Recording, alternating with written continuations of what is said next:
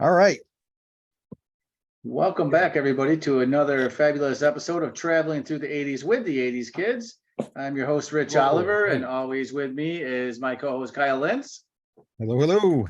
And Dangerous Tom Brown. Oh, yeah, here I am. All right. And Kyle, you want to tell them why we're here this week? Oh, yeah, absolutely. We got a lot of fun this week. We're very excited today. We're doing another spotlight episode. So we're doing a spotlight with a very special guest. Today, we are joined with character actor Larry Hankin. So thank you so much for coming and joining us today. For the audience too, just real quick, they just in case they didn't know who you were offhand by the name, they'll know your roles that you played. Specifically on Friends, you played Mr. Henkels.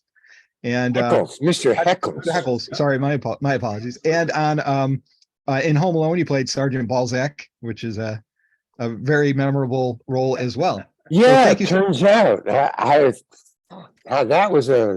that's weird. That was a weird one. Well, I'll tell you about it. But that was strange. So let's get started. Let's start. Back to when you decided, hey, I'm going to become an actor. Now you went to school in the area where we're from. You went to Syracuse. Yeah, I grew up in Far Rockaway, Long Island, but I went to Syracuse University. It was kind of okay. I mean, I really didn't want to go to college, but my parents wanted me to go to college. And I didn't want to go to any college nearby where they could get at me. So I thought Syracuse. The only reason they allowed me to go to Syracuse University, which was out of town, and they didn't want to do that, was because I wanted to go to art school and they wanted me to go to a professional school so that I could support them in their old age. And I wanted to be an artist, and that doesn't happen. So, I mean, supporting people, anybody, even yourself. Right. So I saw Syracuse had an industrial design department. Keyword is design. And I thought, well, see, I'm an artist. Those are my paintings there. So, awesome. Oh, nice. So, yeah, thank you. So I keyed in on the word, pardon me, I keyed in on the word design. And that was the research. That was all the research I did. I saw design, and my parents saw industrial. So both of us let me go to the college of my choice for the wrong reasons on both sides. So I got there, and it was like, calculus and engineering, and I didn't like it. I guess they were happy because they knew is industrial. But as soon as I graduated, two things happened. One thing happened. When on the graduation day, I went to the Orange Bar and Grill, which is where all the college kids hangs out. It's a really cool bar. And I got into a terrible, really badass barroom fight. Really? Oh, it was, and I should have gone to the hospital. I started it. You did? Oh, okay. I thought you just fell in with the crowd. You're the instigator. I threw the first punch. It was beautiful, and that was all I remember. I got my first punch. I thought, well, this guy is going to beat me up. I knew it. I kind of suspected it, man. I didn't know I was going to throw the punch. I didn't know that. That's to this day, I don't know what it was inside of me because I had nothing. Let me tell you this. I had nothing to do with that punch. I really didn't. And that's not a joke. It's not. I would have to go to a psychic or a doctor to find out what happened. I was just talking to the guy, and he had hit a girl that I knew. Oh, no. Yeah. So it was a fight over a girl, a woman. Jack Daniels didn't have anything to do with that punch, did it? I didn't have a drink. Oh, okay. I didn't have a drink, and neither did he because he just came in. No, Oh, We okay. never had, but he seemed perfectly sober. We were just talking. He was just talking to his friends. I was talking to my friends. And then I saw the girl who we both knew. It was his girlfriend. And she walked out crying. See, and I went over to her. I said, hey, what happened? She's crying. And he said, yeah. And he said, I said this. I said, somebody said that you hit her. And he said, yeah. And if she comes back in here, I'm going to hit her again. And I go, are you sick? No, let me get this straight, because I knew that I had to do something. Like I figured I would say something. Hey, you guys can't hit girls, So I thought, let me get this straight before I start mouthing off here. You hit her a little while ago. I mean, recently. I mean, why she walked out crying. You were the one who hit her when she went. And he goes, yeah, and if she comes back in, I'm going to hit her again. And I just said, guys can't hit girls. I said that. And he said, well, I didn't know that. Thanks for telling me. Wow. Oh, geez. And yeah, I thought that was a pretty cool answer, actually. I didn't know that. Guys can't hit girls. Interesting, Larry. He knew me.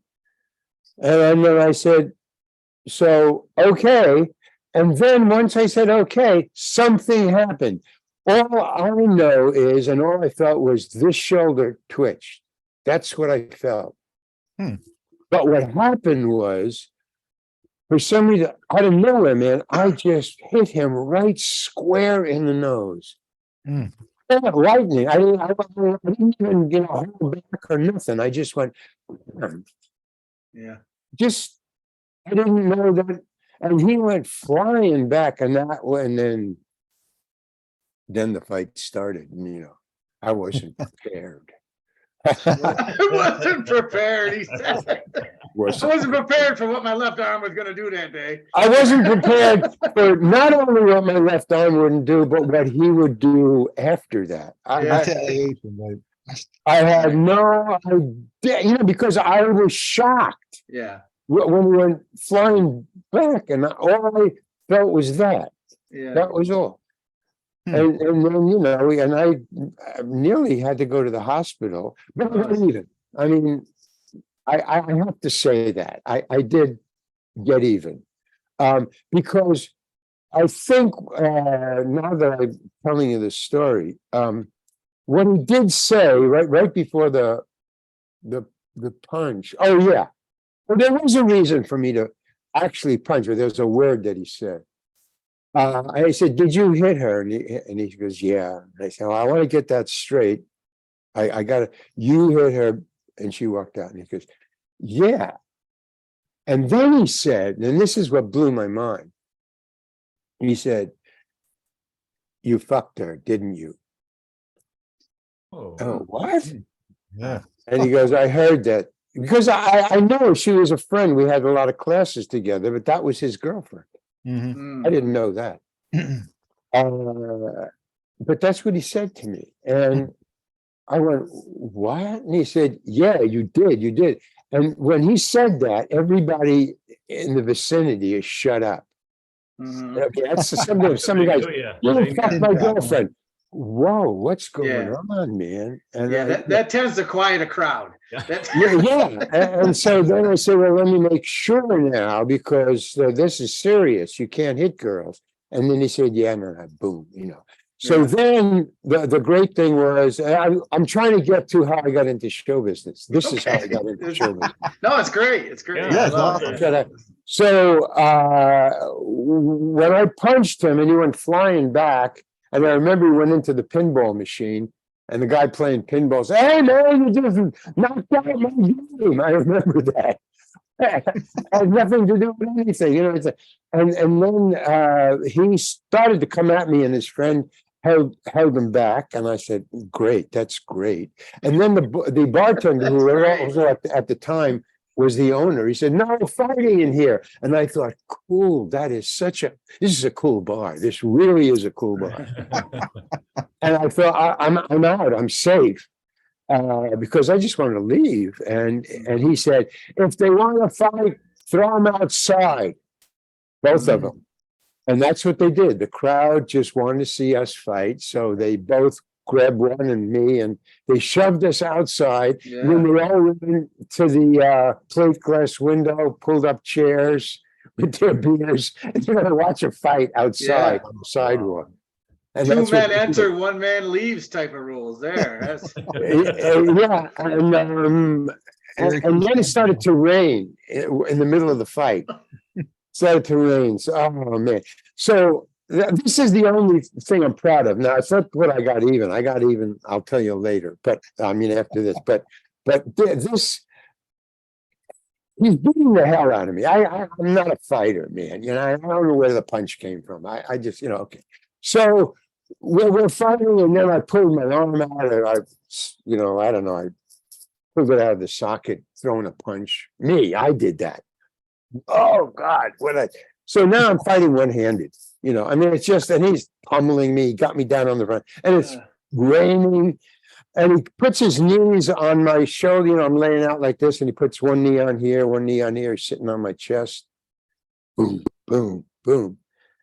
And I thought, you know, I was into satire. You know, I've always been being a funny guy, and satire is even better. And as he's punching me, I thought, you know, if I'm going to die, I'd like to die this way. What I'm about to do. I know this is going to make him crazy, and he's going to kill me. But there's no way out of this situation. He's got my arms pinned. So what he did was he looked at me, and he comes right in my face, and he said, you see these pants? And his knees were on my thing. But his knees were also on the ground, and the ground is wet, and it's raining. So his pants are all, you know, the knees are all wet. And he's leaving. And he says, you're going to pay for the cleaning. You're going to pay for the cleaning. Yes, there you go. Rich got it. You're going to pay for the cleaning. And that's what blew my mind. oh God. He's killing me. He's punching the hell out of me. I'm losing the fight. I can't use one arm. Well, I should be in the hospital now. Now I should be in the hospital. But if I'm going to die here, and I had a cold, and I thought, this is cool. And he says, you're going to pay for this, right in my face. You're going to pay for this. So I just went, and I just hit him with a glob of snot, just right. Oh God. Yeah. Send him to a rage, right? Yeah. Well, exactly what I thought would happen. I mean, he just went berserk on me. Yeah. And I thought, wow, okay, but I'm willing to go this way. If people are watching, they know what I just did and why I died. Yeah. So, as I'm thinking that, I see him shoot up just like this. Somebody got behind him and just pulled him up like this and spun him around. And I'm looking up like this. And it was a Marine who was in one of my math classes, and a friend of mine. But he was an ex-Marine, and he just pulled him up, and I remember, and he spun him around, and he said, it's over. That's all he said. And the guy just looked at him and said, okay. Hey, he knew, because the Marine would have killed him. I mean, it was that kind of, it's over. Yeah. And he just said, okay. And he just walked away. And he looked at me on the ground. So I'm getting up, and I just got into a sitting position, and I sat on the curb, and he said, are you okay? Well, are you okay, Larry? And I said, yeah. He says, you need anything? I said, no. He says, okay. And he went back into the bar. And everybody ran away from the window. The fight was over, and that was it. And I just sat there. Okay. So that's the thing. Now, what happened was, I'll tell you how I got even, and then that said showbiz. Okay. Yeah. That night, I was laying in my bed. I wouldn't go to the hospital, but I had tried to get my arm back. I know if you grab onto something and jerk back, it'll pop back in. So that's what I did, but it didn't go in quite right. But so I laid down and I was sleeping about midnight. It was graduation night. And I'm laying on my bunk. I didn't go to graduation. And my roommate came in and said, and he said, he didn't know what was going on. Oh, he said, dude, there was a fight. Are you okay? He had heard about it. I said, yeah. What's going on out there? He said, everybody's graduating and fucking. And I thought, and partying. And I said, did you party? He goes, nah. I said, did you fuck? He goes, yeah. I said, you're lying. He says, so is everybody else. That's what he said. So when I woke up and, so they're getting even. And then the phone rang. And who was it? It was her. And she said, I want to talk to Larry. And I go, I can't. I had to get up and, okay, you what? What do you want? And she said, well, I heard that there was a fight and you started it. And I go, well, yeah, I did. And he said, and she said, with my boyfriend. Yeah. What happened? And I told her. And he said, why don't you come over? Now she lived in a sorority house. So I said, well, you live in a sorority house. I mean, it's midnight or after midnight. I mean, that doesn't work. We're on a college campus here. And she said, no, we can sneak guys in. We do it all the time. And our, we got, a lady who takes care of the place, the guide or whatever it is. She's hard of hearing. So she's probably asleep. Good. So they snuck me in, and it's really cool. They had a way. They were all, I came in the back door, two girls. Well, one was I'll call her Alice, the girl that I got in the fight over. It was Alice and her girlfriend, two sorority sisters. And Alice took me, and then one would always go ahead, say, okay. And then it was like the army. It was like a secret mission to get you in the building. Secret mission, one guy goes ahead, okay, come on, then he goes ahead, come on. So that's what we did through the whole house, She would go and look around the corner, got in, and I had until 6 a.m. She said, we'll leave you alone in this room until 6 a.m, and then you got to get out of here, Larry. I said, okay. So we made the beast with two backs. So that was very nice. There you go. Right. So, I mean, she wanted to reward me. Is yeah. Well, sure. Very carefully, man. I should have been hospitalized.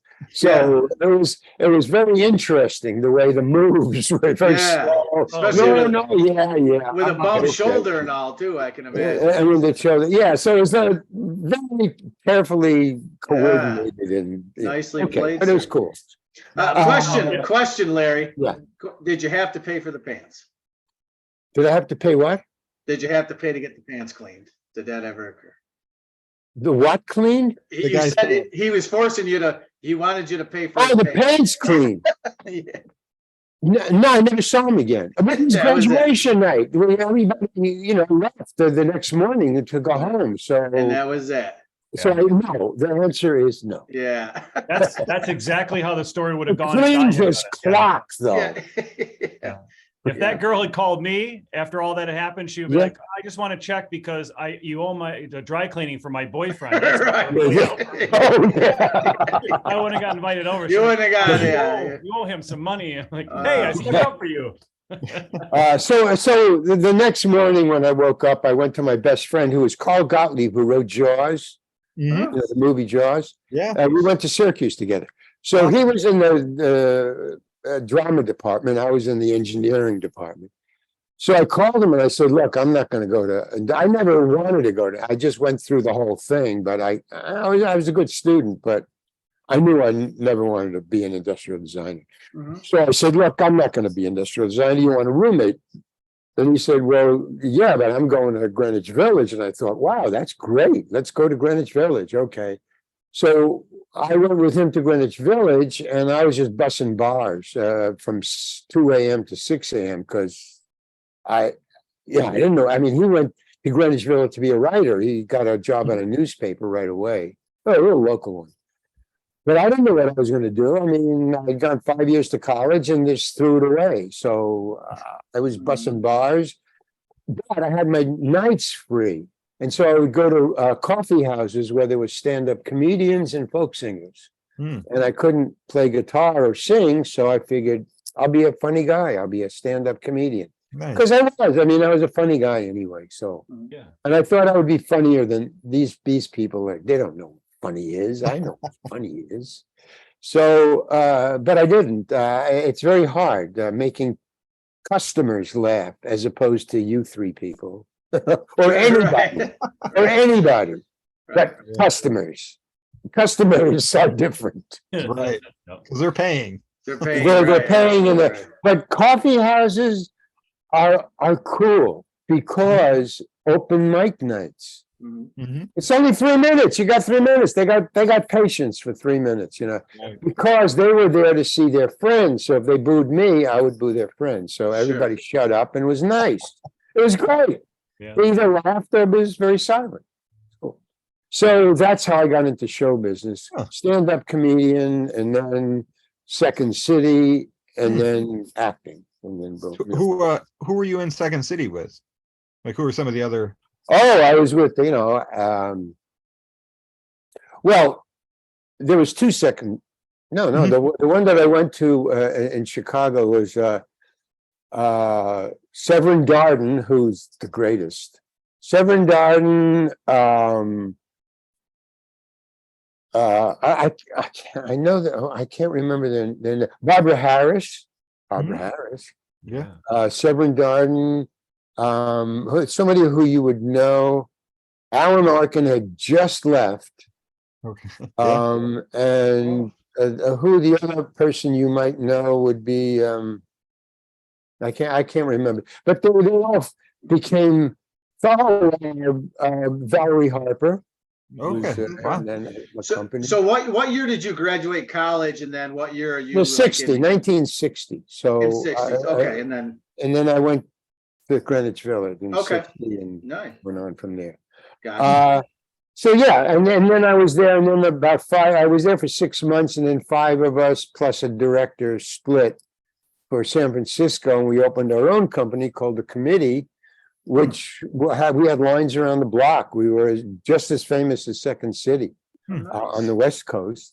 That's awesome. And since I was on the West Coast, and I had a hit improv group, Hollywood would just fly up and see us because they heard about us. Oh, and they're like Second City, and it's a lot cheaper, and we can sleep on our own bed, if we see the early show and catch a late flight. I mean, it was really simple. So we all got hired, randomly. They would fly up. Oh, that guy's really funny. Let's get him down here. Oh, she's good. Well, let's get her down. So nice. So we didn't have to audition, because if we flew down to LA to audition, we were just another, face in the crowd. Mhm. We couldn't get in. Yeah. Right. But they would fly up and see us in a hit show, Yeah. doing our best work. Yeah. And so that's how I got into acting. That's Oh, like your that's- audition right there. Yeah, no, that's a different way to go about it than most people take. Well, you got to start with getting into punching a guy in a bar. That's how you start. That's the main thing. Yes. Right. Once you do that, you're on your way to semi stardom. Very nice. very Always nice. have cash on hand just in case you do have to pay for somebody's dry cleaning. Yeah. Just in case. Well, that's a decision you make once you throw the punch. You have Right. several decisions to Right. make. Yeah. Run, In many ways. get the And, fuck and out you of may, here. and you may want to bring a condom too, because you never And know you- at the end of the And you night. never know. And we didn't. Yeah, that is very true. Be prepared for I all. got to remember that. Keep that in mind. So what's one of the If you first- don't have a condom, don't throw the punch. That's it. Then you have the bumper sticker. There you No go. condom, no punch. That's it. So what's one of the first roles that you got that was like was it TV or movie?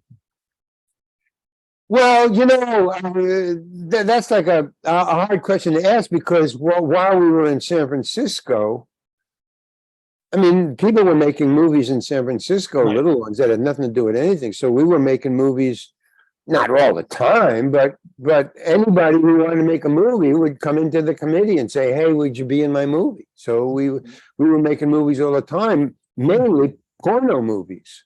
Now, not that I was not that I was pornographic in a pornographic movie. That's not why they wanted us. Right. We never did any pornography. What we were asked to do was be the comic relief. Mm. Here's the funny part, and you guys are, nobody goes to a pornographic movie to laugh.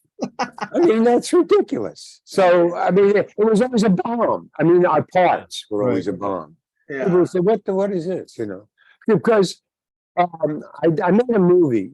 Once I was in Hollywood and getting money and stuff. I made a film short that got an Academy, and I was nominated for an Academy Award. Oh, sweet. One of my film shorts.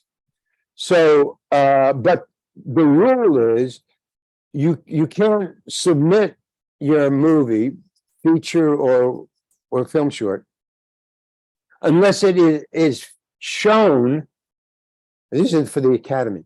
Unless it is shown in a verifiable movie theater in Los Angeles County.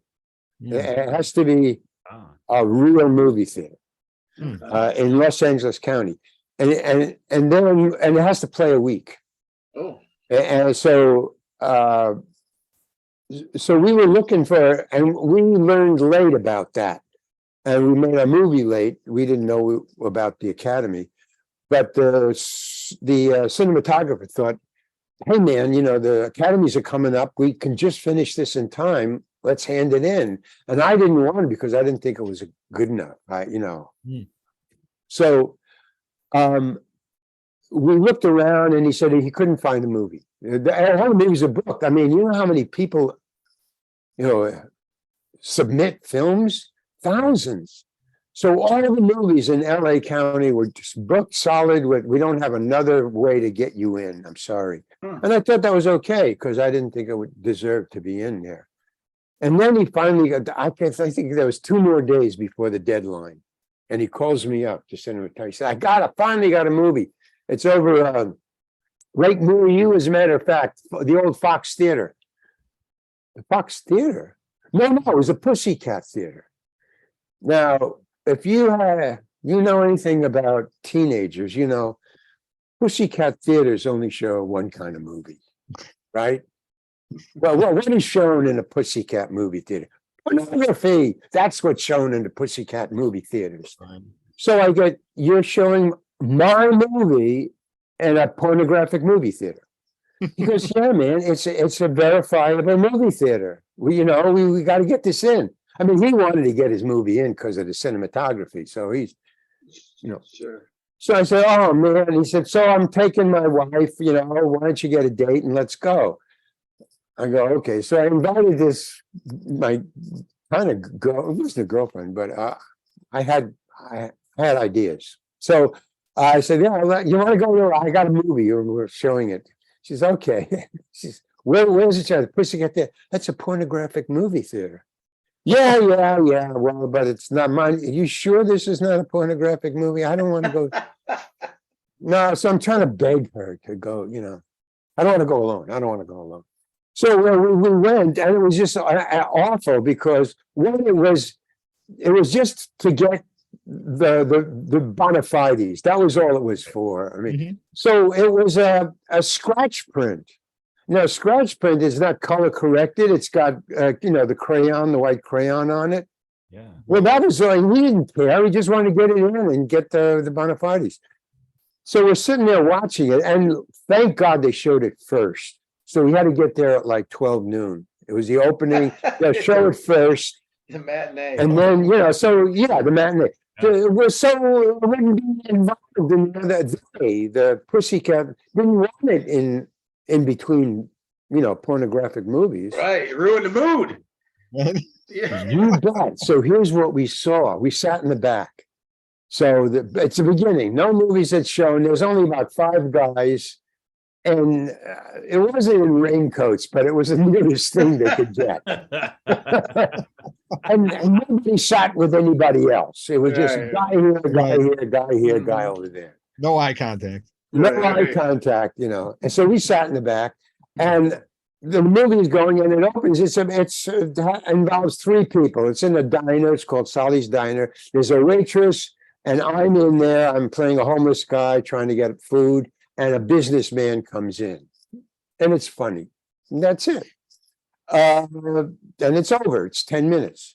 So the guy is sitting and see a waitress, and then they see a guy sitting at the counter. Me, I'm homeless, and you can see they're just all set up, got ready. Okay. All right. And They got their weapon in their hand. They're ready to go. They're like, what's going on here? Looking around. Right. Okay, here we How go. are you going to pay for that pie, sir? And so, and then there's this dialogue and the funny thing, and I'm trying to get a free meal and blah, blah, blah.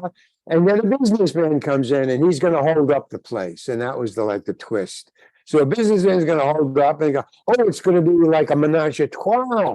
Okay, you see, all right, fine. Because they were kind of getting sad just looking at two people talking. And it wasn't, so they're kind of going like this and, and then the businessman comes in, you go, oh, wait a minute. And then they were Right. Oh.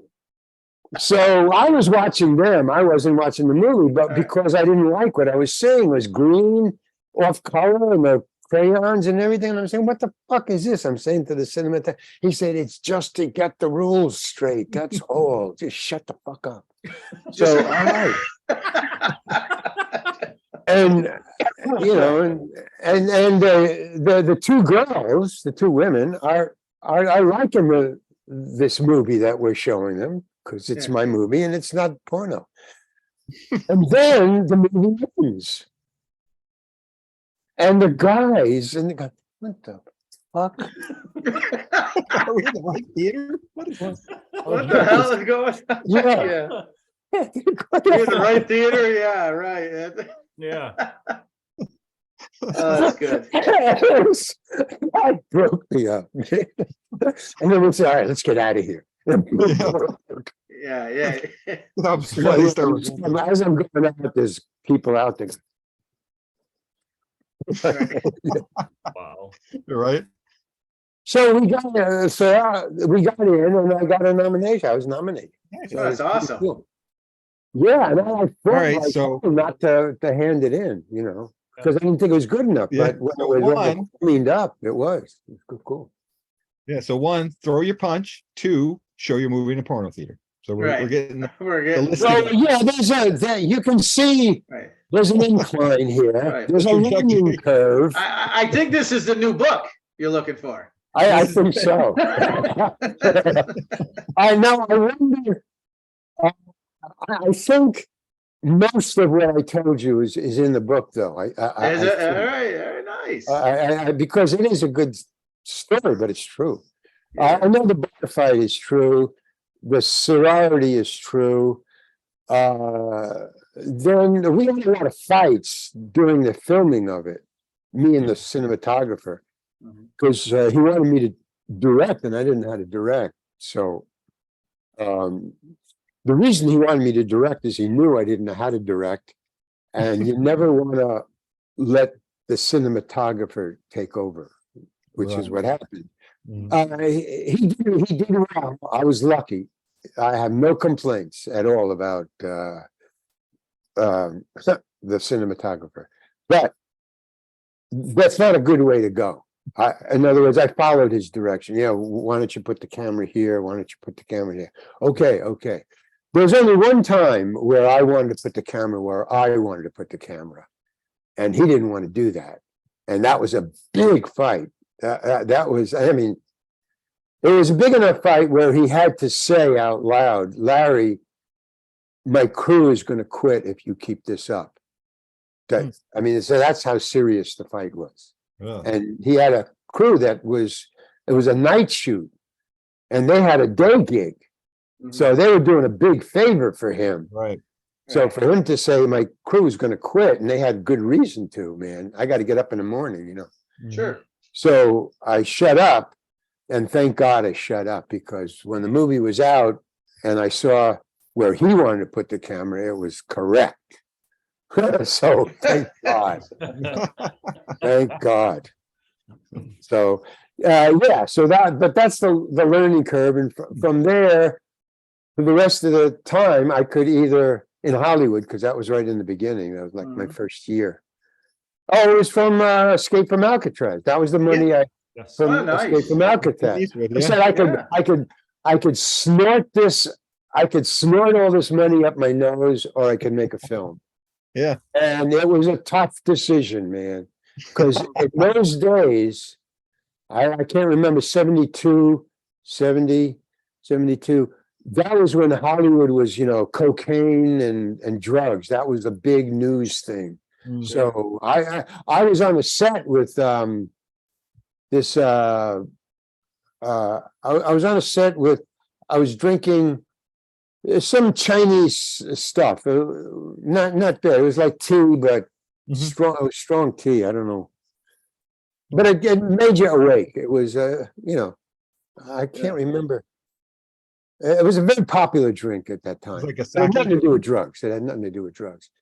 But I didn't want anybody to think that I was, because they came in little vials. And you could buy like 5 or 6. Oh, okay. So you just pop the top and you just sip it. But because of, and I wasn't doing, well, I guess I was doing drugs at that time. Yeah. But so I knew, don't do this in front of people. They'll think it's drugs and you'll be fired. Right. So, but it wasn't drugs. So I did. I went behind a set, and I went behind the set, and I go, and I look around, and there's the director, and he says, "Okay." More suspicious. He says, "Give me that." He puts his hand. I said, "No, it's just whatever it was called." I said, "No, this is just." He said, "Give it to me." I give it to me. He said, "Now," he says, "What is this?" I said, "It's this Chinese stuff, whatever." I can't remember the name. I just said, "Oh, really?" And he looks at it, and he looks at the bottle, and it says the name right on it, And then he sniffs it, and he tastes it, and he goes, and he steps out. Now I come out from behind where I was theoretically hiding. I step out, and there's the entire cast of this sitcom. And he just speaks to me, he holds it up and he says, "It's just blah, blah, blah," whatever the name of it was. So in other words, everybody knew I was back there and everybody was watching, watch that guy, he's a druggie. Right. I mean, those days were crazy. Yeah. That was like, no, I said, "Are you serious?" I couldn't believe what I just saw. You would have been better just do it in front of them, I think, right? Excuse me? You would have been better just to do it right in front of them, I guess. Well, yeah, it's hey, this is that blah, blah, blah stuff, I mean, everybody was taking it. Yeah. It was like green tea. Nowadays they take green tea. Well, it was the equivalent to that. Okay. So blah, blah. Yeah, I mean, but the book is, that's not in the book, but I mean, the book is full of those, me against Hollywood. I'm doing it my way, they're doing it their way. And sometimes, we just miss, man. And there's a discombobulation that is either very funny or I never got fired. But I did have an attitude all the way through. I mean, and that's why I wrote the book, really. I just got to get this out of my system. Yeah. And also, I don't know if you, now, Kyle, you said that you've written 4 books. And I wonder, because I wrote this book. It was about my life in show business, not personal, not off stage, but mainly about that. A little about my grandfather, a little about my father and my sister. But I'm wondering, when it was published and I didn't have to worry about it anymore, I did pick up and started to read parts of it just to check. I said, I'm going to have to go out and sell this. Can I get up for it? And I thought, wow, man, this person who wrote this book, they're kind of quirky, man. I didn't know that I was doing this stuff. I mean, one at a time, I did remember. Yeah, I remember doing this, blah, blah, blah. And I had no attachment to it emotionally. Oh, wow, yeah. Blah. But as an overall, when you gather it all, so like 10, 15, 20 years, and you go, who is this guy, man? Right. And he Yeah. doesn't know his ass from his elbow. He's naive. He's got an attitude. How do you Yeah. expect to stay alive in Hollywood? I mean, what the hell is going on? Did you ever have that kind of revelation about yourself? Why? Yeah. Sometimes I'll look at what I've done and I'll be like, how did I come up with this?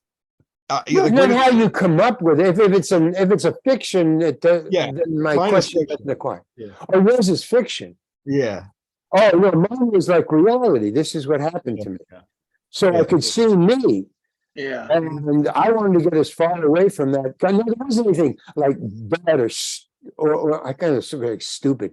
No, there was things I was doing that was stupid because I was so naive that I didn't know what was going on around me. That I Yeah. was I spent 5 years in industrial design school, and Yeah. now I'm in Hollywood. And Right. my only preface to that was improv, which no scripts, no costumes, no doctors, no rules. I mean, except improv rules, which you don't do in Hollywood. Or what else was there? Stand up. Yeah. So I had no clue as to how movies were made or anything like that. Right. Right. And so yeah, when I read it now, it's like, holy cow, how Right. naive. It's funny that you weren't like in college in an arts program and going doing drama, but all of a sudden, you years later you find yourself in that world. Oh no, That's no, it. I was doing like because Carl was in the drama department, Carl Gottlieb. Oh, so But he you was did my do best stuff. friend. Okay. Yep. Out of school, we were friends. We hung out, blah blah blah. Okay. He was an incredible short order chef cook. I mean, one of the best ever. I'm not kidding around. He would get an Academy Award for being a chef. And I tried to replace him one afternoon in this place in the diner where everybody goes. And he was a short order, and he was getting them out like crazy. Never made a mistake. Always bing, bing, bing. The waitresses loved him. And one Saturday, I don't know, was sick or couldn't go. So I said, I'll fill in because I was a waiter in the same place. And I finally was washing dishes. I said, I'll fill in. And I was fired in a half hour. Thank you, Larry. You're pissing off the waitresses. Don't piss off the waitresses. That's a no-no. That's why I was fired. So get back in the kitchen. Okay, man, I'd love to. Fine, because the pressure is just incredible, man.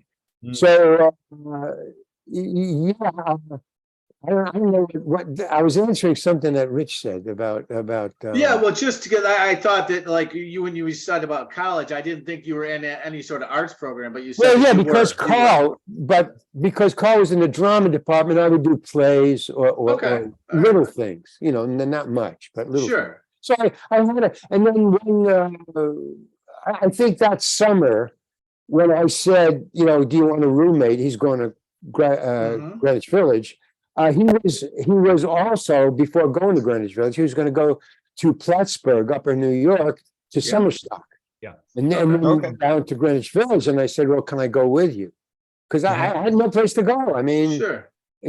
So he said, well, you can design sets. Because, he knew I was an artist. So you can design sets. And I said, yeah, but my arm, man, I can't use my arm. And it was my left arm.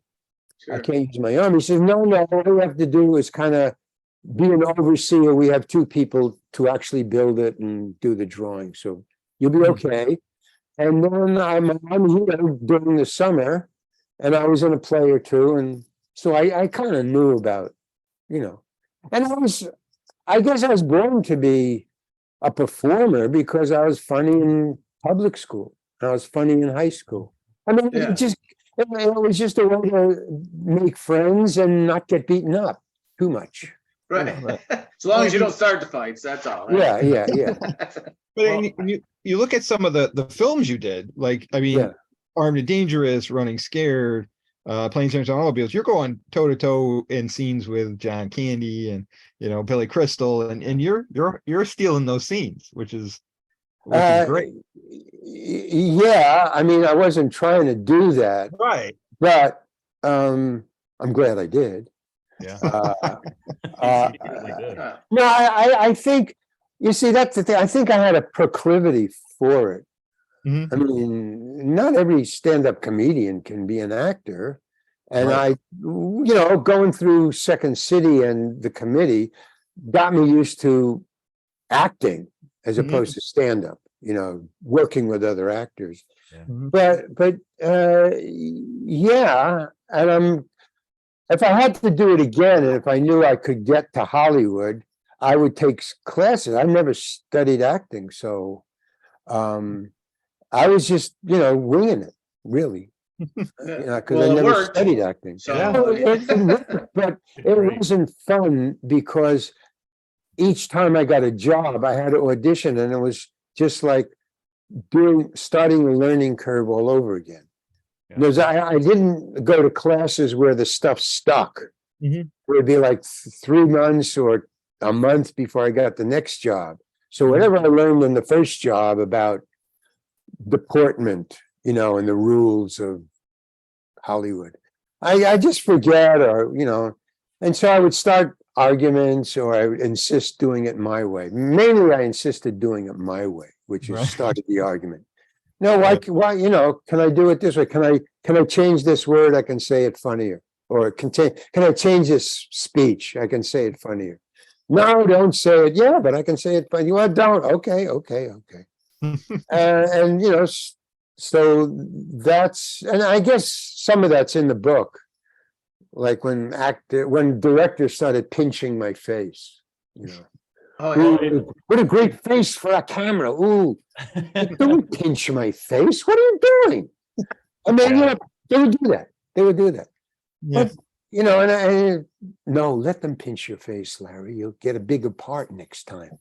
I don't want them pinching my face. What the fuck are you?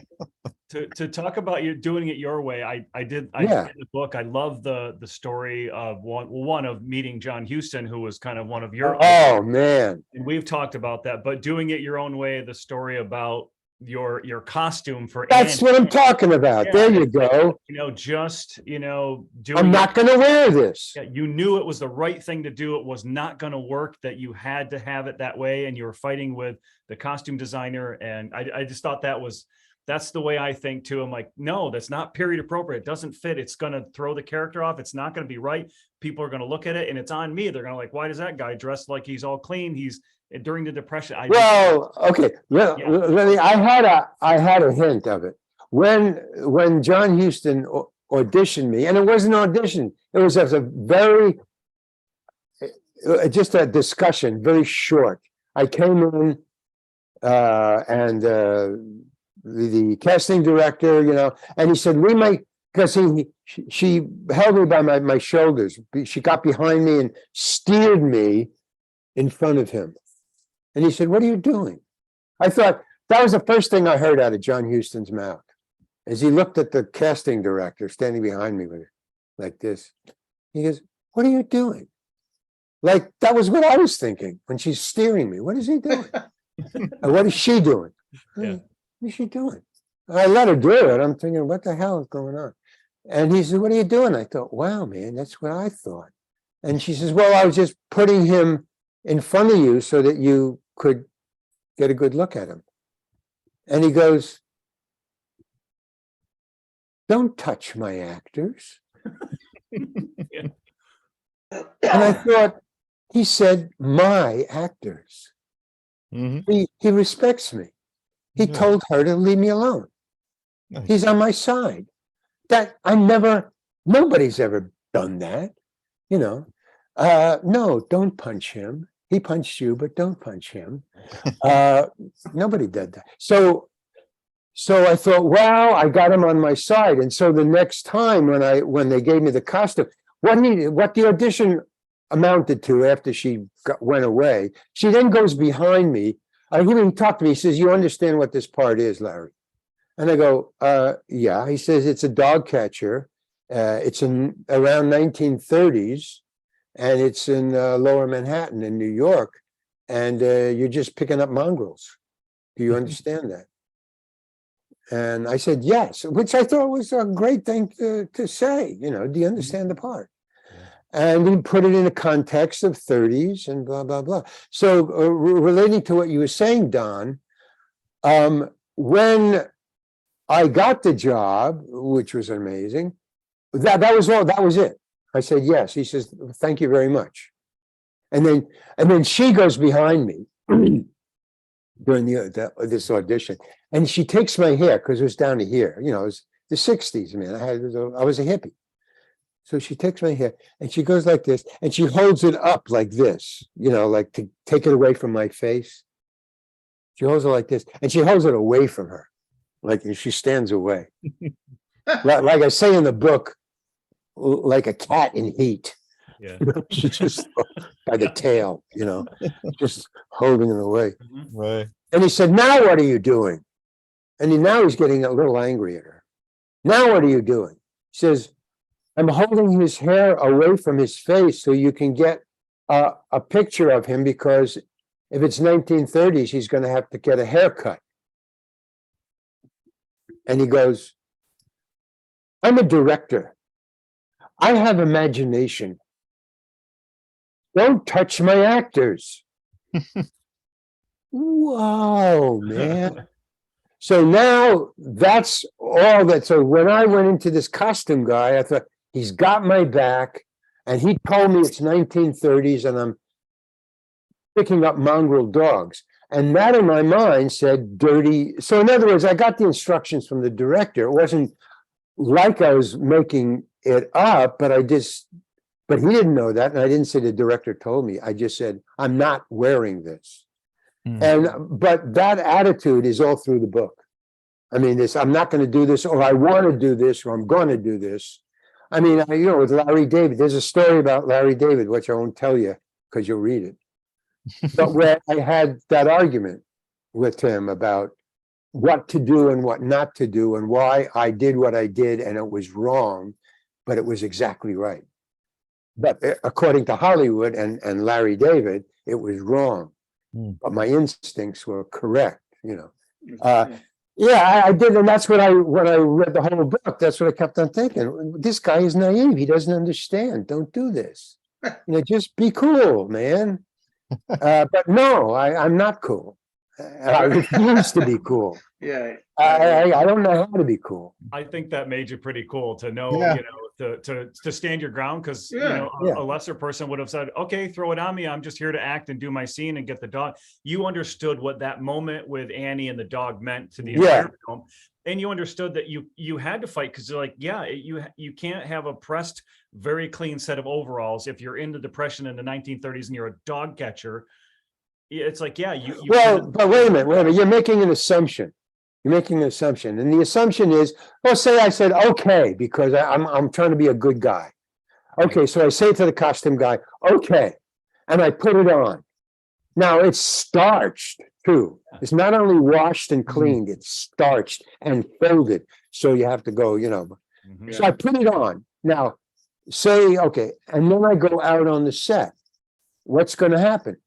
John Huston is going to say, that's too clean, dirty it up. So I'm going to have to take it off. So I ran all that through my head thinking, I'm not going to go through that. He's going to make me take it off and get it dirty. So I don't know. Did you finish that story? Because there's a conclusion to it. You know, when he. Oh yeah, I love that. I love. Okay, I won't tell anybody the conclusion. But yeah, so in other words, but still, there's the other times where I didn't know the director and I didn't know what Larry David wanted, and I just did what I thought was correct. And I was correct, but Larry David just blew up, you know, because I was doing something that he didn't like. Sure. Too bad, Larry. But that's why but that's why I'm not on I never have been and never will be on Curb Your Enthusiasm, is because of that moment. Right. I mean, he said, that's enough. That's okay. That's not enough. You know, he just stopped the audition. He was stop the audition. No, okay, fine. And he walked away. Yeah. Hollywood is weird. I'm weird, but Hollywood is weirder. It is, man. It is. Yeah. Well, this, I mean, and we're obviously, we focus on the 80s. We grew up in the 70s and through the 90s, and obviously to where we are now. And to look at everything that you've done, you have literally like touched all of the things that we love and are passionate about. I mean, I know Kyle brought up those comedy movies that, you know, we absolutely love, Planes, Trains, and Automobiles, The Jerk, but all the TV shows that you've had little parts on, you know, from Mr. Belvedere to Hill Street Blues, 8 is Enough, Family Wow. Ties, the whole list of things. I'm like, and every time, like, the only one that wasn't there was Knight Rider, and that I was a big fan of Knight Rider. I didn't see in there, but it was like, you have been involved with everything of all of our favorite movies, all of our favorite shows. Yeah. It's even soap operas that my mother watched. I remember Santa Barbara. So like all of these, it's just incredible to look at everything that you've done. And that's what's really cool about the book for us too, is now we get to hear those stories that are attached to all of those really great things. Okay, let me just put it in context for you about what you just said. Do you know how many auditions I had to do? I can imagine. Oh, More than the ones I got. yeah. Yeah. Those are the ones I got. So you Right. might have been in a Knight Rider. And you audition. get, now the average is you get 1 out of 5, 1 out of 7. Yeah. So Wow. 7 times that. Now I was doing pretty good. I asked, because I asked around. Because once I know that, and I was getting 1 out of 5. So everybody said, wow, man, yeah, that's so cool. You know, I get 1 out of 7. So even 5 times the number that you just spoke about, Yeah. that's exhausting. That's man. a lot of legwork. A lot. That's a lot of Yeah. legwork. A lot of driving into the valley. Mhm. That's what that is. You know. I can imagine. Mhm. Hey, now that we got you though, Larry, let me ask you a question because I was a big friend. No, I won't let you ask me a question. No, what the hell is going on? Not This paying is for nothing your dry new. cleaning, Rich. Listen, so I was a big fan of Friends, and obviously you played Mr. Heckles, lived downstairs from the main characters, the girls. Why I never understood why did they write your character off? What was the Good question. I was Why- waiting for that. yeah? It rankles me to this day. Okay. For no real reason, but they had a real reason. Again, they had a real reason. Okay. The reason was, and I had to go ask around to find out because it pissed me off. Because you get a bump up for 1 more. I had 5, and the 6th you get a bump up. And they Oh. killed me on the 6th. So I was really angry because they took away my driveway. I was gonna use it, the money. You're to gonna put new down driveway payment. in?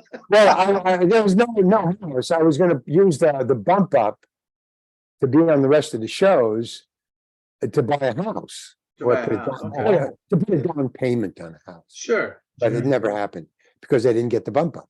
Yeah. I was why? Because in the previous show, the previous episode of Friends, now I don't know this because I didn't watch Friends, but this is what I was told, that they kicked Chandler out and they went on with the episode. Now, this episode, and I guess it was the next episode. Oh, it was